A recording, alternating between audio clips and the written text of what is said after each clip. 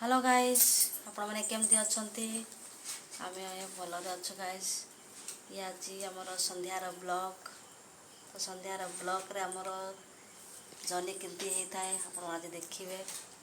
तो देखुए मो झीर सब सामान पूरा बिखरे तार 7टार ठार आरंभ हो जस्ट पढ़ी एबे जस्ट पढ़ाई करिकी से एबे जस्ट खेलुची। तो देखुए तार सब सामान बेड ठारू जे पूरा बाहर पट सब सामान को फैले के रखी देखुए। आ सान पिलान को ना किसी कही हुए जाके जमती सेमती से मैंने खेली था। तो पूरा सामान को सब बिखरे के रखी था कि कही कहले से कांदी पकाए तेणुकरा किसी कही हुए।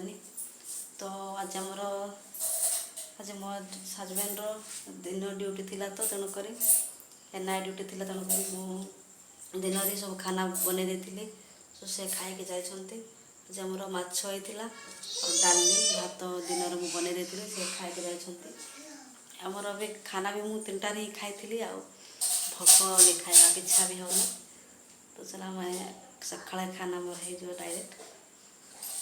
तो देखते